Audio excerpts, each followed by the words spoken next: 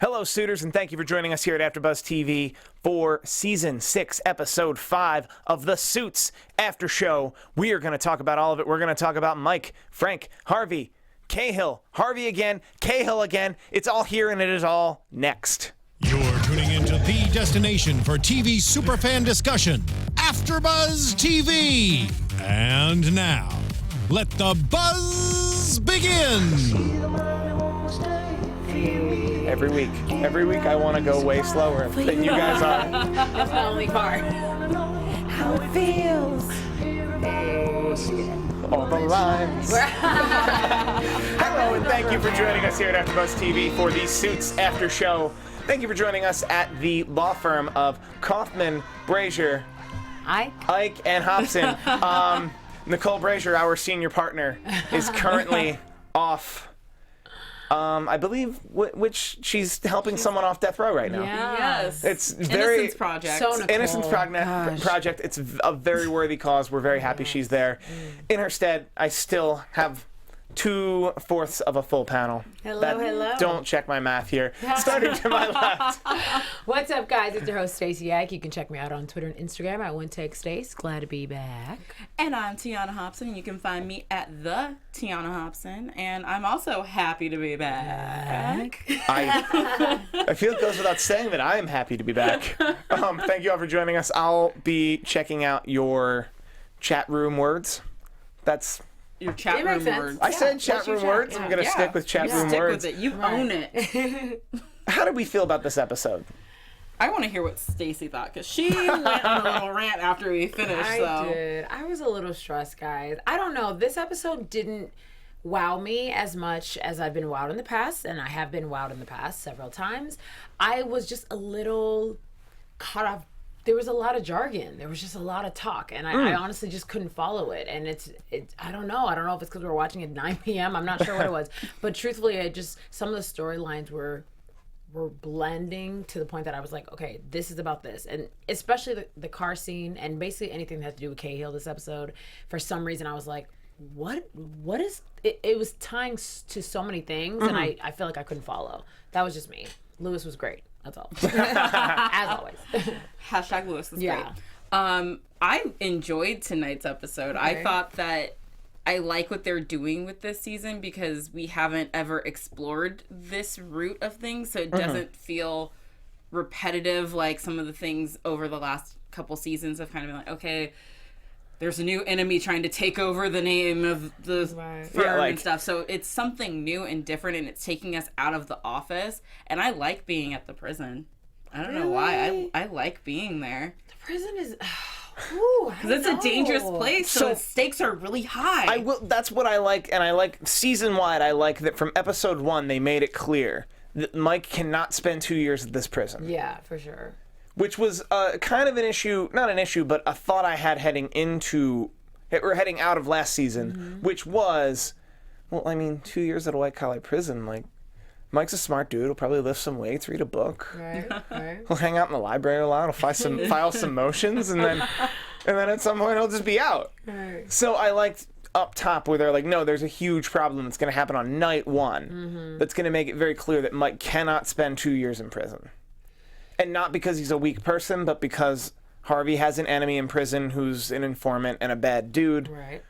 And Mike's only way out is this. And convoluted's not the word, but I will say this complicated sort of affairs, which it always is when we involve Cahill. Yes. So we'll jump into that car scene with Cahill and Mike and Harvey. Yeah. And, by the way, the guy that you saw 2 episodes ago is the father-in-law in question. Yeah. Did you see that coming? Not at all. Not at all. I thought they'd have a new guy. And me looking back on it, it's like, well, clearly that's brought what they him. were trying I to knew say. that Exactly. he wasn't just a one and done guest star because, that actor whose name I'm blanking on right now, but he has that face of someone who you know and who's not just going to be in one episode and done. So I knew he was coming back, but I just did not see the whole father-in-law angle come in there. For some reason, I wasn't surprised at all. As soon as he said Sutter, I was like, oh yeah. I don't know why. It was weird.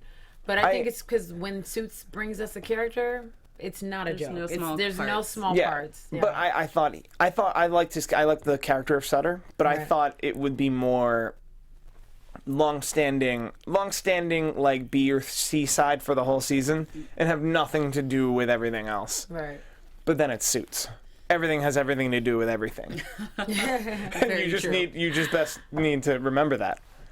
That's true. I enjoyed this. I did. Because if it were anybody else, now Harvey doesn't have stakes. Right. Now Harvey is just like, well, okay.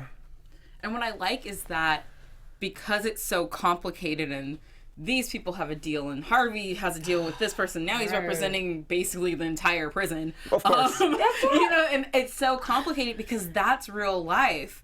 Real life is complicated with this kind of stuff. If you're striking a deal with someone to be an informant, yeah, you have to then lie to everyone else, and it complicates your life and their lives, and we're seeing it all happening, and we're trying to make sense of it and keep up with who's crossing who, and at the same time, but the story is confusing us on purpose so that we are always guessing and can't really figure out who's on what side and all that stuff. If any of that made sense, No, that makes I applaud complete everyone. sense. Let's focus on Mike and Frank and everything that happened within the prison. So Mike gets back, and Frank doesn't trust him because Frank shouldn't trust him. Mike has secrets. Exactly. Mike shouldn't trust Frank, and Mike shouldn't tell Frank his secrets. Yeah. Which is funny because pretty early on in the episode, Mike tells Frank all his secrets, and Frank is like, "What do you take me for, an idiot? I'm gonna believe that you got out of prison and then came back. Right. Come on." Yeah. Which was the God's honest truth. I mean, that's what happened, though. I guess, but continue. That was my thought on those two. Right. Mike trusts the counselor. Which I think is scary. I thought the exact same thing. When he was sitting in there and telling him all that, I said, wow, what? I guess we're supposed to believe that the counselor, I mean, because that's kind of like gone back and forth with me in terms of like how much he cares about Mike's safety. You know, Mike says that every episode he's in there, you told me you're going to help me get out of prison, or, deal with life after prison. And you said you're here for this. And, he says it every episode, you're here for this.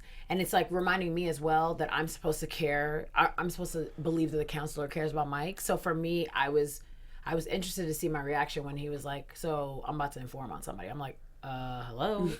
I don't think your counselor needs to know all that. I don't think he does either. But I mean, if he didn't, then how would he have gotten that moment with the warden? I don't know if was there another way to get it?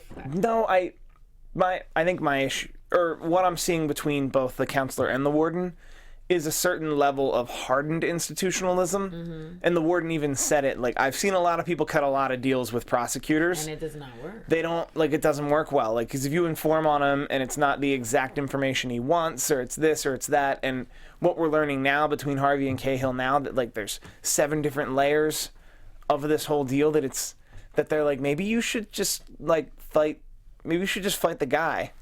And then just be done with it. Right. Yeah, because, I mean, what he risks now is getting more time to his sentence, is kind of what the warden warned him about. Yeah.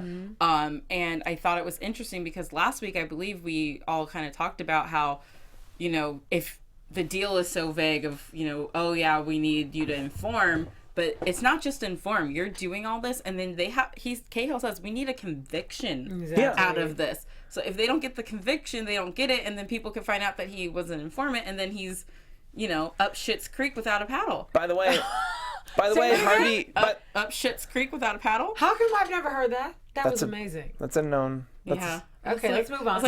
My mama say some crazy things, and I know that one she did not make up on her own. I need to borrow that one. That is exists. funny. Okay, continue. That Well, because you're going up a creek means you're actually going down a creek, and then if you don't have a paddle, you can't fight. It's a very thought out. I like it. Regardless of if the I'm smart. Regardless of if the creek is made of shit or water.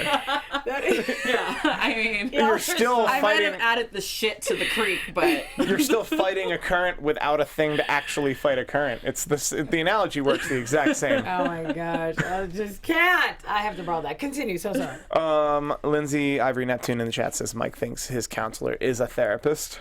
Right. Possibly. I agree with that. I think he should be listening to his counselor a little more. And he should be listening to his counselor a little more when his counselor is generally concerned of, like, you shouldn't be talking to the warden, you shouldn't be talking to prosecutors. For better or for worse, you should just try to spend 2 years here. Yeah. The situation makes it dang near impossible, but he should try. He should try.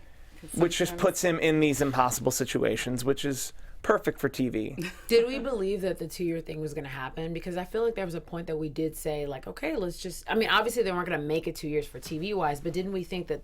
There'd be a time jump? Yeah, exactly. There was talk of a time jump. I wouldn't have... I think we all said we would all feel a little cheated if between season 5 and season 6 there was just a time jump, and then essentially the firm got rebuilt, did it in that stead, and then Mike gets out of prison and then becomes a consultant or whatever, or starts as a janitor, or however they're going to play that. They're going to pay him a janitor's salary, but then use him as a lawyer. However they plan to do that, I think we would have all felt very cheated of like, but we didn't get to watch them rebuild the firm from literally nothing. We didn't get to watch Mike get out of prison or struggle while he was in prison.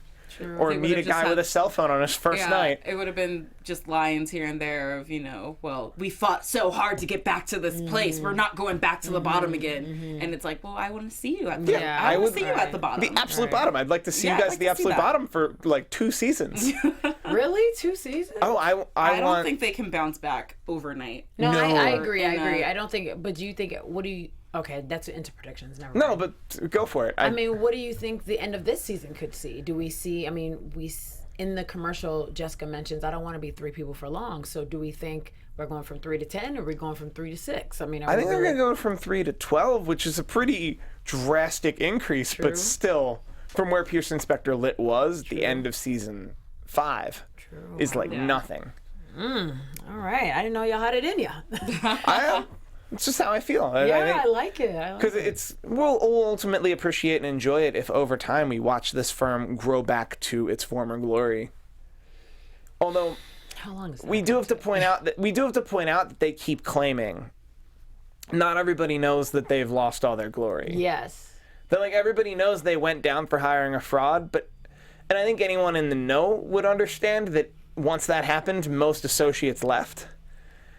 But I think for appearances, like client-wise, I think if a client still walked in there and we're like, well, no, but this is a really good law firm, and that guy has Michael Jordan's baseball. But I don't think it's going to be the tier clients that they're used to. Not at all. Because those clients are going to know, but, you got Stu down the hall who isn't paying attention. You got me in real life who's not paying attention to the inner workings of a law firm. I know which TV networks are struggling right now.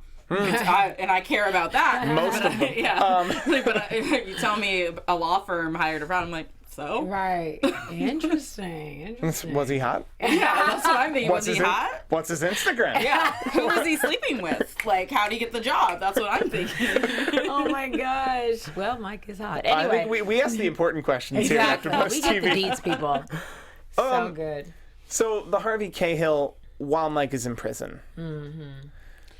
It scares me because they're doing something on the edge. They're skirting that line of, what is it, morals and stuff, or like unlawful type of stuff. No, they're definitely. Which we're trying to get the guy out of jail for doing the unlawful thing. So why are we skirting? But Harvey and Cahill play pretty fast and loose with the rules.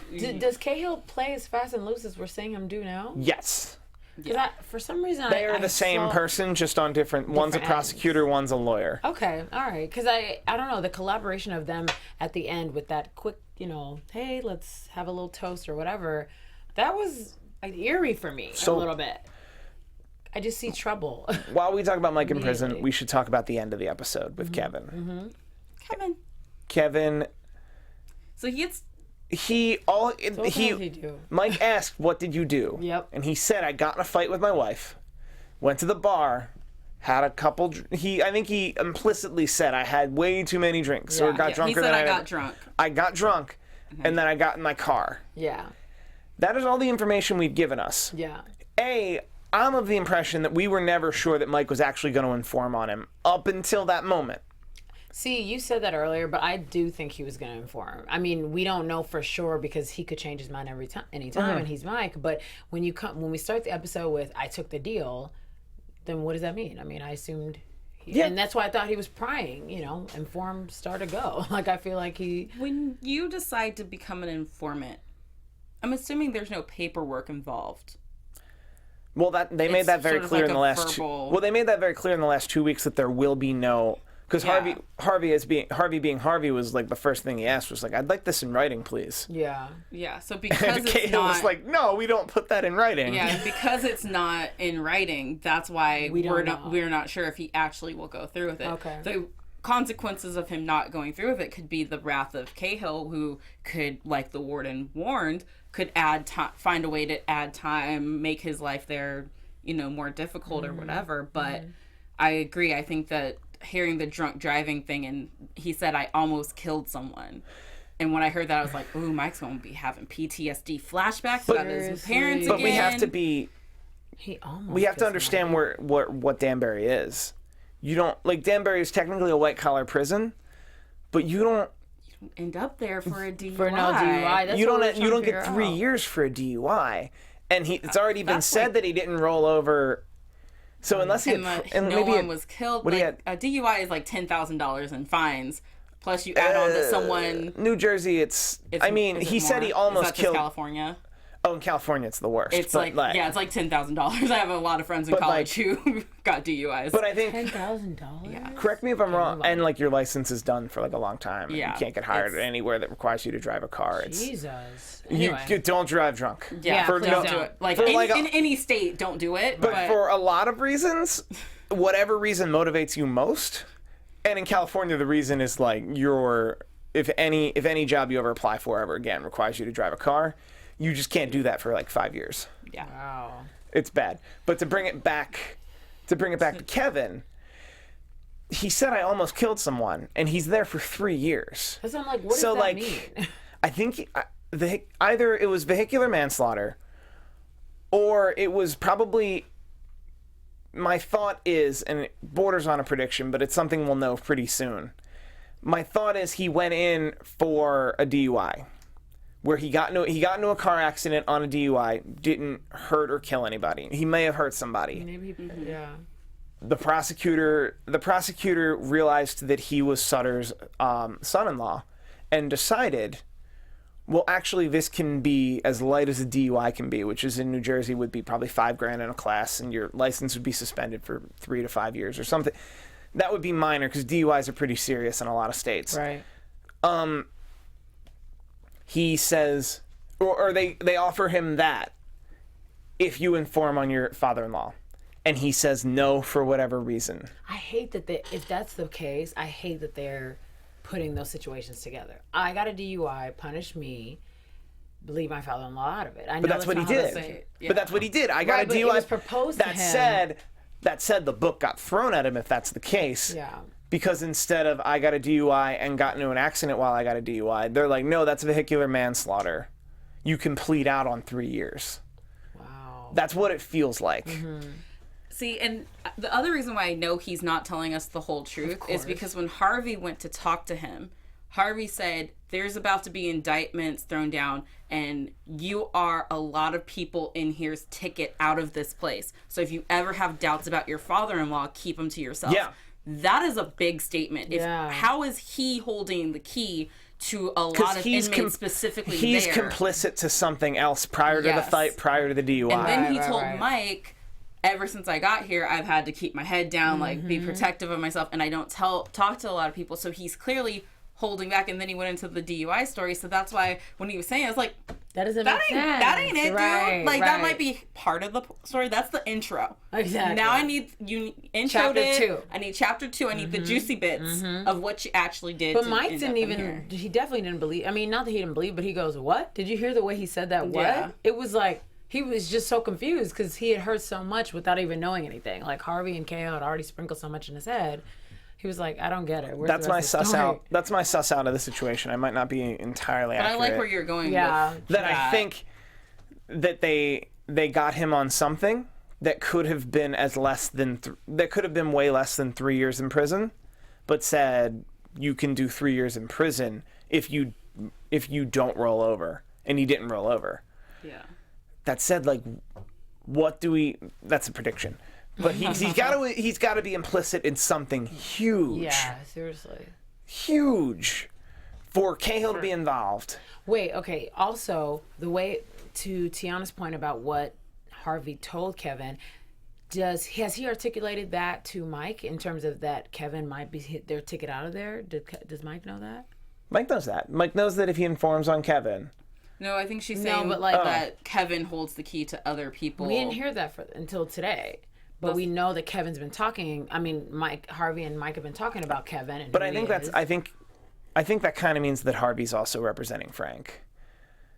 And then I think Harvey has some type of weird 6-level plan to get more than one person out of prison. I don't know. Because if Sutter, that could be because if Sutter's his client, he can't have Mike inform with the information that Kevin gives him. Interesting. As I think it out, I'm like, that's a lot more steps than I thought. Yeah. You can't have Mike inform based on the information Kevin gives him in order to get Sutter put away for stuff. Or is Mike's, or I don't know. I would imagine Mike could inform, right? but I think Harvey's plan is to get Mike to inform. Mm-hmm. So that Cahill can go after Sutter, and then immediately try to defend Sutter from whatever Mike did. Oh my gosh! But meanwhile, Sutter has to get convicted for Mike to get out at all. So how does Kevin get out? Does he ever get out? I don't think anyone. Not this sounds harsh. No one cares about Kevin. I can tell. Harvey wants to get Mike out, but Harvey wants to get Mike out and placate Frank from killing or maiming Mike in the meantime. Yeah, and I think that Mike will be the one who wants to help Kevin out because Mike is the one. If it turns out that Kevin is like super innocent in all of this stuff, then Mike will be like, well, if I'm getting out, we got to figure out a way to get him out too. And it would serve a double arc of him, forgiving someone who made a mistake once. Yes. Actually, that's actually a pretty deep arc. The more I think about it, because him forgiving someone who drove drunk once is the equivalent to everyone around him forgiving him for pretending to be a lawyer once. Oh my gosh, I love it. See, like it's there. See, okay. It's I'm baked back. in. I'm back, folks. I'm sorry I took a day off because I was just really. It's lasagna. We're pulling back the layers. That's where you eat a lasagna, girl. No, I just meant there's layers. I'm kidding. No, I truly love that, and I think it's very important that we do have a moment where, if that's what it is, Mike forgiving this Kevin, whatever he represents. Mm-hmm. Wow, I can see the intensity of what that's going to look like. I love it. But to be fair, starting next week, I can see the intensity in Mike of like, I don't care about this dude. I don't care about this dude anymore. Which sucks because Mike does that. He gets so he gets so idealistic. Yeah, instead of humanistic. It's like, dude, I don't want to take away from anything that happened to his parents, but I hate the way he's done that so many times in the series. Like, blamed somebody who might have had a similar story, and it's like, but they're different. But it's also like you said, Steve, the pot calling the kettle black because Mike has been deceiving people and lying to people and doing something bad, not to the extent of actually harming people, but it's still wrong and bad, and harming them enough. He expects forgiveness from people, so he should give forgiveness to people. True. I think we just nailed the overall arc. I mean, of this half of the season. Drop the mic. That was dope, y'all. That was truly dope. We're gonna circle back to a little more Harvey Cahill Sutter stuff later. Let's jump into Jessica and Stu. I'm just gonna laugh. They're they're interesting. They sure are.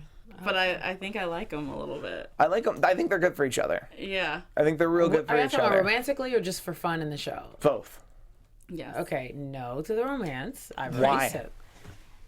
Because Stu's annoying. Is that why? That's really it. I mean, he's nice and, not bad looking, but he's annoying. I don't know, just because, I miss her old boo, but I don't know. That's why. I truly miss her old boo. I haven't gotten over that relationship. Yeah, and just he eats people's brand bars. I'm not feeling that. But other than that, I think what I love is their relationship as just Tenet and whatever the case is now, because it's so cool to see the moments that Jessica has power. Because like we've said before, sometimes she doesn't have to say too much within an episode to know that she's kind of the mama bear. And when she does stuff like that, it's just it's great. Like, you know, when Harvey said, I know who she'll talk to, not me, not Lewis, we got to go all the way to Jessica for this even to happen. It's very beautiful. So that part of the relationship, I appreciate it.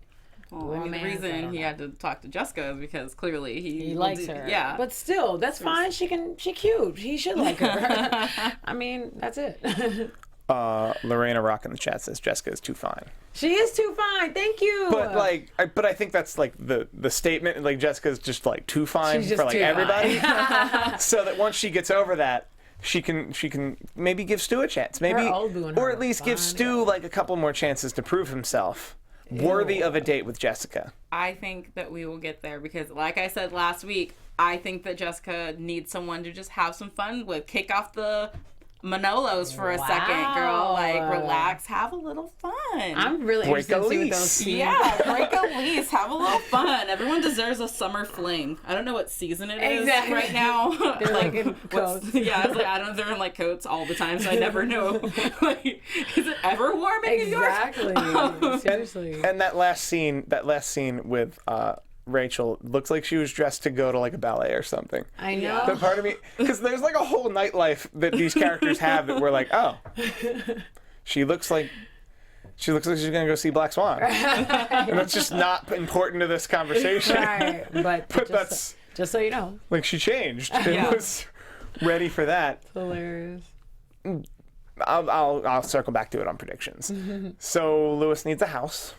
Oh my gosh. Yes, so that he can get a date. I actually felt bad for Lewis for a second here. Because he got so emotional talking to Donna about this. And he wants her to like him so bad that he is doing the most extreme thing to try to just spend time with her, and because he's so afraid that he isn't good, like that she will just look at him and be like, no, I don't want to date you. And that makes me sad because there's so many people in this world who deal with the same struggle and issues of it doesn't matter how successful you are, you still have those insecurities. No, that's an incredibly relatable feeling. Yeah, it is. And it's like, I just don't have the money to spend on a house in the Hamptons so I can impress the hot contractor I want to date. So yeah, although to a certain extent, I feel like people who have that problem but also have a lot of money have a bit of a crutch to like, no, I'm just going to buy that house in the Hamptons so that she'll think I have a house in the Hamptons, whereas most of us without money just have to face that problem. Right. Of like, hey, I like you, but we're in a professional relationship, and I think it would be inappropriate for me to tell you I like you,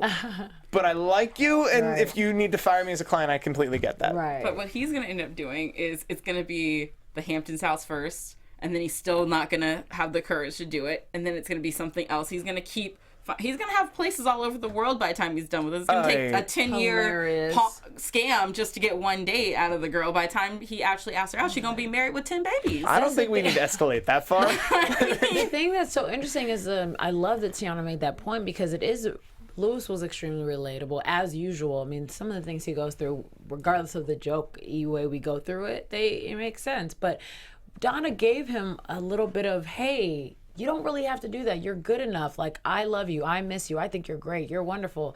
And I'm not really sure who else he would need to hear it from besides Donna. So I don't know. I know he's still dealing with his Harvey complex, and it only comes out here and there now.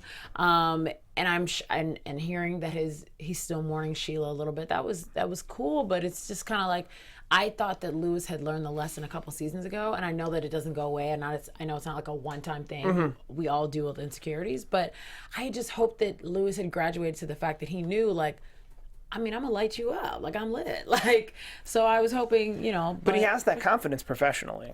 He always did. But that's not what we're talking about. He personally, he does not have that confidence, and that's the lesson he still has to learn. Yeah. He felt an instant connection, or he said, "There's something about this woman."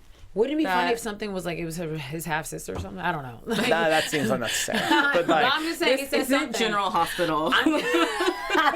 That's so real. is James Franco showing up just because he wants to? Of course not. I know, but it would just be so because he said something about this woman, and we haven't seen her since. So I'm just wondering, like, what was it? Because she was cute, but come on. No, Anyway. but we saw the connection last week. Like, there was a connection there, but she also called it out that I like to have a very personal relationship with my clients. So my issue looking out for Lewis Yeah. was is that the connection he felt all manufactured because that's her job?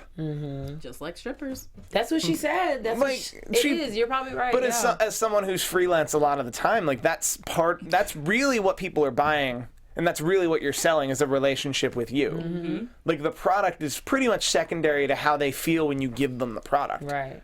So she's not wrong. That's interesting. Sorry, in my head, I'm still thinking of strippers. strippers. So everything you're saying, I'm relating it to stripping. It's independent. Whether you're a All relates. So whether you're a Lyft driver or a stripper, it's all about how people feel. when they're around when you. you're done. Oh God. She brought it all the way around. I'm gonna leave it there. I'm not gonna say anything. Oh Late God, night that was special. It's actually Right. it's an old saying that I may have created very recently, which was, "Do you want to know what you call a salesman who will actually listen to you? A therapist." hilarious. Because it's all contract. Like Yes. you're providing a service, and if the service is to listen to you, that's the service. And But you're made to feel special. I don't want to be cynical because I do think Lewis had a genuine connection with this person. Yeah. Yes. But if that genuine connection was romantic in nature or professional in nature, that line gets real blurred by what she literally just said. And that's the thing I want to. So you shouldn't be buying a house Exactly. That's to impress her. Maybe rent a house. That's all we're saying. We're just Rent a house. But you he know. can't do construction in a rental. Rent a house that you can do construction in. or don't. Talk to the Royal Pains guys. 'Cause they're already down They're there. already down there. I just want to explore this journey with just the full like feelings and not the money, not the Hamptons, not any of that. That's Well, we have to eventually get that when they're both down there at the Hamptons. And the Hampton house is bought. And he's expecting a relationship or the makings of a relationship, and he either realizes like, yes, I feel this way too, or no, you're just another client. Either way, he's gonna learn a lesson, or well, actually, only the bad way. He's gonna learn that lesson, which is if you like somebody, you just got to be like, "Hey, I like you." It's the thing you never learn in preschool. true. is. Because you have to like punch them instead. But Well, that's what girls did because guys were so dense. I guess I Guys were so dense, we didn't understand Didn't understand. that girls need to like What literally we're up break our to. nose and be like, "No, I like you." no, I'm kidding. I didn't say no, I didn't. You're about to own up to some- I didn't. I That didn't. sounds out. I was like, I just pushed him down and kissed him when I liked him. Interesting. That's direct. Yeah, it was pretty direct. I was also taller than most of the boys. So 8-year-old me I could would have just, like, push appreciated that. I just manhandle him. That's hilarious. I think now's a good time to head on over to some news and gossip. Yeah, so news and gossip. Guys, do I have some news and Some gossip for tea? you? I got the Ooh. tea. I got the tea. So, we're gonna pull up this YouTube video Okay. right now. So I was at the Fox TCAs on Monday, and I was doing my thing, interviewing people, and the cast of Lucifer came by, and DB Woodside is on Lucifer now. So we was talking, and at the end of the interview, I was like, "Hey, DB, I gotta let you know, I love me some Suits." Right. So I told him that, and he told me a very special little thing. Do we have it queued up? Because I don't want to ruin it. I want you Hey guys guys, we're just having some technical No difficulties. worries. Stand Oh by. no. Okay. So should we go to predictions and then come back to this? Well, we have one more topic, and then. But the Okay. TCAs. Who else did you get to talk to at the TCAs? At the TCAs, I talked to the cast of the new Rocky Horror Picture Show nice. that's So coming excited out. for this. Victoria Justice, Christina Milian, Yeah. Reeve Carney, Ben Vereen was there. I mean, like, Wow. what? It was amazing. And then the cast of Scream Queens was there. We had the new show Pitch that's coming out about the first female baseball picture. She's adorable. What's her name? Kylie. I love her. So adorable, Oh so my much gosh. fun, such a like humble spirit. Yeah. So it was a lot of fun, and then I got to sit in on some panels, got some free swag. I got this awesome phone case that says Tiance on it. Yes. And Fox, but You clearly got to put whatever name you wanted on that Yes. phone Yeah. you got case. to put Love anything it. you wanted, I love and it. it was amazing. I chose Tiance because hey. Hey. Love it. Love. How are we feeling on that play button? Hey guys, so we can go ahead and play the audio from this. Okay, That's let's play great. the audio. That's all that really matters. It doesn't always happen like that, but we do. We really like. There's a real care for the show and our crew as well, who are amazing. I'll give them a big shout out right now. He's coming up in a second, right here. Unsung hero. Yeah, but they all decided they want to come back and do the show, which doesn't always happen either, and that sort of spoke volumes to all of us. And it's a nice place to be. Oh, okay. Well, that sounds like fun. And I have to say, DB, I'm a huge Suits fan, and I thought Jessica did you totally wrong. She did, didn't she?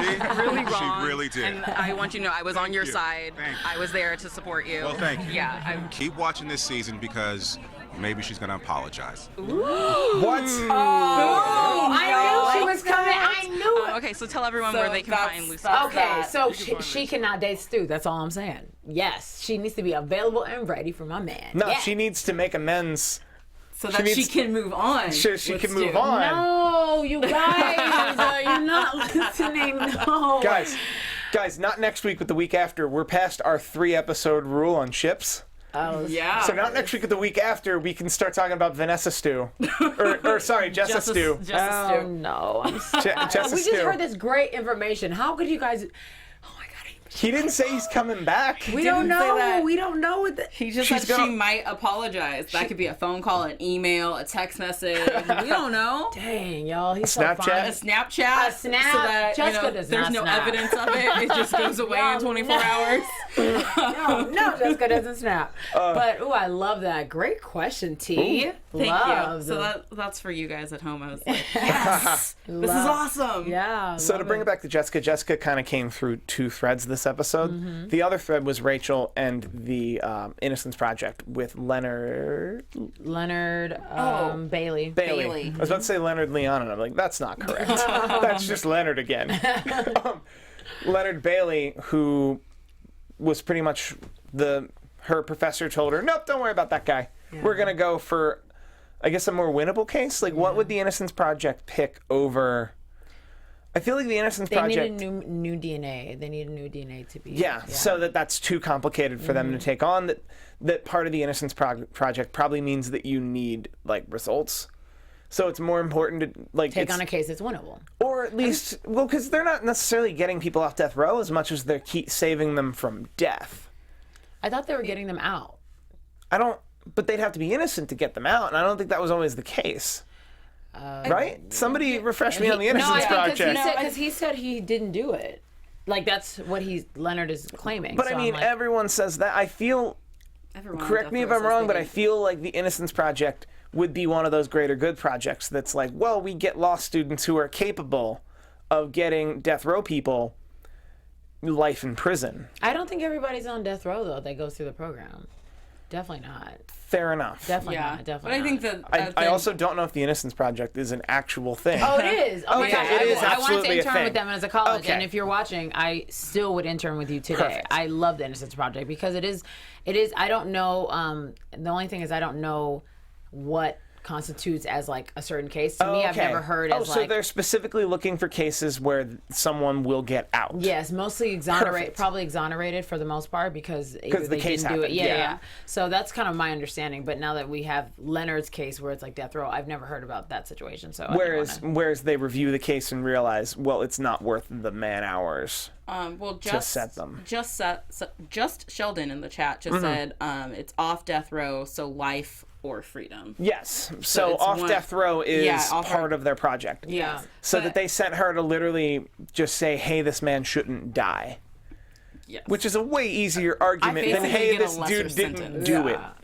But I think that what the professor said here, which is very sad because it's also very true, it's just they don't have enough resources. This is do all it, yeah. pretty much pro bono Yeah. volunteer work and dealing with law students. Even when she goes to Jessica's like, I don't have 1 hour a week to spend supervising you on this. So if you can't get Jessica to do it, how many actual lawyers are out there volunteering their time for all of this stuff? So you just don't have the manpower. It sucks because there's so many cases like this that Rachel's gonna have to deal with eventually, because we always say she gets very emotionally attached to her clients, and working at a place for like the Innocence Project actually probably isn't the best place for someone like Rachel, because she wants to help everyone and Right. you just physically can't help But we also everyone talked here. about this last week, that this case isn't just a case. this case is her escape. distraction. Yeah. Escape or distraction from the Mike situation. Absolutely. Even and it's so interesting how she made it relatable this episode when she, Leonard said, "You don't know what it's like to be away from your family," and she said, "I do. My fiance's in prison." I didn't. That sentence kind of struck me a little bit because she was like, "Yeah, my fiance's in prison," and it was kind of like I don't know. It was. I know it's. She knows and she's come to terms with it before, but to me, hearing her say it for some reason kind of brought another level of like, yeah, this is what my fiance feels, and this is also how I feel on the other side. And now there's this other guy who feels like that. It was good. I thought Leonard was an incredible actor, by the way. Yes. I absolutely loved him. I'm excited to see him through because it looks like we're going to get a lot more of him. Yeah, good. He was great. The entire way through. Lindsay Ivory Neptune in the chat. Why couldn't Lewis supervise her? Lorena Rock in the chat. Because he's in love. I think it's more that Rachel trusts Jessica more than she trusts Lewis. Right.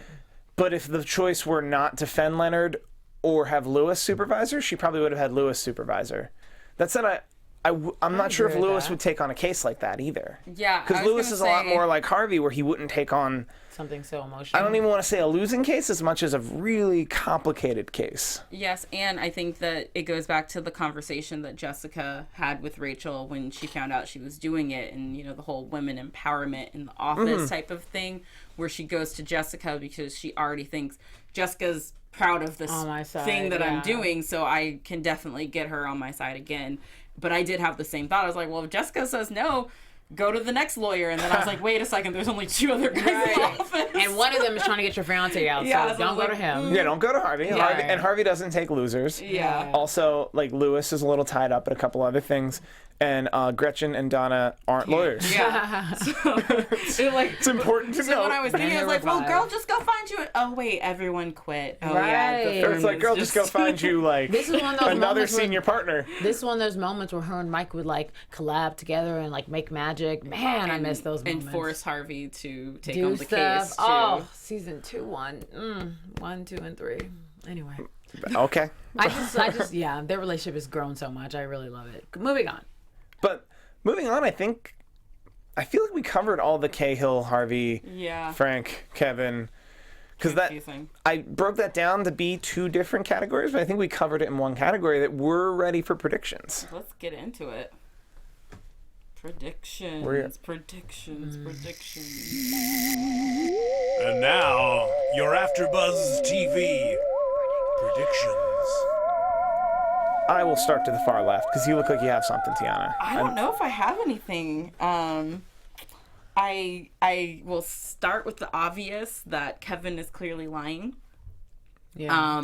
Clear, just straight up lie. Like he didn't get drunk. He's telling half truths. He's lying by omission. It feels like a lie by omission. Yeah, because he stopped his story at, I woke up and there was a police officer in front of me and that's it. I'm like, so what did the police officer say? Exactly. What happened? You were in an ambulance. You had to be processed and booked. Like, what else happened, Kevin? I mean, just from that alone, I really, really would like to get some answers on Kevin. I'm also very concerned with Harvey representing 3 different people in the prison. It just seems like at some point there's going to be like a lawyer conflict of interest and something about this deal with Cahill. I know they're toasting and acting buddy-buddy now, but something about this deal and now with him representing 3 bad guys not bad guys, but 3 people in the prison. Just seems like something's gonna happen with the deal with Mike that's gonna blow up in everyone's face. And to be fair, that seems on the horizon. And we did end this entire episode on a very touching moment of Cahill and Specter, very worthy adversaries, toasting to each other pretty much the night before battle. Like, because initially, like visually or even vocally, like it wasn't as like impactful as some of the other Suits endings are until you really are like, no, these guys are gonna go to war. Yeah. In a really complicated, Like, I bested you, you bested me, I bested you. Like, two of the best lawyers That's in the thing. in It's New so York. complicated, though. Like, even watching that moment, I was like, because he was like, an indictment's coming tomorrow, and he's like, all right, I'll see you. I've just never seen that before. Of course, the indictment's coming tomorrow because so he's interesting. because he couldn't get it. He couldn't get the new holding company suspended, so he has to send an indictment to just straight up go after Sutter, and then he's going to go after Kevin, and Crazy. then Mike is going to give information on Yeah. Sutter, who's going to turn around on Kevin, and then Harvey's representing all of them. That's what I'm saying. For Harvey to be representing But like three literally people, Harvey, y'all- Yeah. but for Harvey to get Mike out of prison, he would have to be at least 4 steps ahead of Cahill at every point before they had this drink at the end of this episode. You think so? Yes. Interesting. Okay. He has he's done the legwork. He's representing enough people inside the prison and outside the prison. He's representing and has his hand in enough of these pots that it seems likely he's going to get Mike out. But in typical Suits fashion, somewhere in the middle, it's not going to be the plan he expected. He's going to pivot, and then the pivot is actually going to be the plan. Exactly. Yeah. I like that. Just while we're doing arcing predictions, do we think Mike gets out this summer? No. Wait. Actually, I think I said last week yes, yes. I think so. I'm sticking with yes. Yeah, I definitely think Sticking so. with, although if 2 weeks ago I had said, do you think Mike gets out? And we had all said yes, we'd all be correct. Because he got out. Yeah. He did get out. He got out for How 3 funny. seconds. Right. 3 seconds, 3 hours. Yeah. Do we think Kevin is, or we kind of talked about Kevin lying. Do we think Lewis will find love? Yeah, that was my prediction. I'm definitely interested to see the Cahill Harvey drama, but if we go back to Lewis, I just want to figure out when she figures out what the hell's going on. That I bought a house. To say what's up to you. So, do we think he finds love? I'm gonna say yes. I think Lewis finds love in that Lewis will fall in love. Will the love be returned to him? Reciprocated. Is it unrequited love? I think Is my question. honestly, I think it would be the best character. I think it would be the best character choice for Lewis to be this sprung, and then for her to feel the same way, because then he doesn't actually learn anything. Exactly. Because then he still has a lesson to learn. Right. He just happens to be in love. Right. But because Donna warned him about what would happen when she finds finds out, out. he's got to learn a lesson. So Yes. that's why I don't. That's the that's why I lesson. think it's going to be. Also, an Donna unrequited seemed thing. real upset about this whole Yeah, she situation. was very upset. She was still supportive at the end, though. She's Donna. She's always supportive. She's Donna. She's still going to do her job That's and true. get. I think I can end us on this. I think that the story Kevin told is true. I think the fight he got in with his wife was about his involvement in some illegal dealings with her father. I think they were so illegal and so brazenly prosecutable that when he went down for a DUI that may or may not have been like involuntary manslaughter or worse, Cahill came to him, or another prosecutor came to him and said, if you flip on your father-in-law, you will get the like minimum sentence for a DUI, not vehicular manslaughter or whatever, and he didn't flip. Which will conflict Mike the whole way, because this guy was a guy who made a mistake, the same mistake that ruined Mike's life, as far as Mike is concerned. Yeah. And then it comes back to the whole theme of forgiveness and understanding. And that said, somehow with Harvey having his hand in every pot, he'll get everybody the ending they deserve, not necessarily the ending they want. Okay. That seems fair. That seems fair, but a little vague enough that I gave myself some wiggle. We're like around 5 next weeks, week. 5 weeks from Exactly. now, I'm like, well, Well, I didn't say everybody exactly got that. the ending. In the meantime, where can the people find you guys on the Twitter, Stacy? You guys can check me out on Twitter and Instagram at OneTakeStace. Thank you so much for tuning in. And check me out at the Tiona Hobson. And you guys can find me on Twitter almost exclusively at Steve Kaufmann. That is KAUFMANN, except for Thursdays where I do use Instagram. That's Steve_Kaufmann, KAUFMANN. I only post on Thursdays. They can attest to it. That's a truthful fact. it is. I do a lot of shows here at AfterBuzz TV. I tweet about them regularly. Thank you guys so much. Bye. From executive producers Maria Menounos, Kevin Undergaro, Phil Svitek, and the entire AfterBuzz TV staff, we would like to thank you for listening to the AfterBuzz TV network. To watch or listen to other after shows and post comments or questions, be sure to visit AfterBuzzTV.com. I'm Sir Richard Wentworth, and this has been a presentation of AfterBuzz TV. Buzz you later. The views expressed herein are those of the hosts only and do not necessarily reflect the views of AfterBuzz TV or its owners or principals.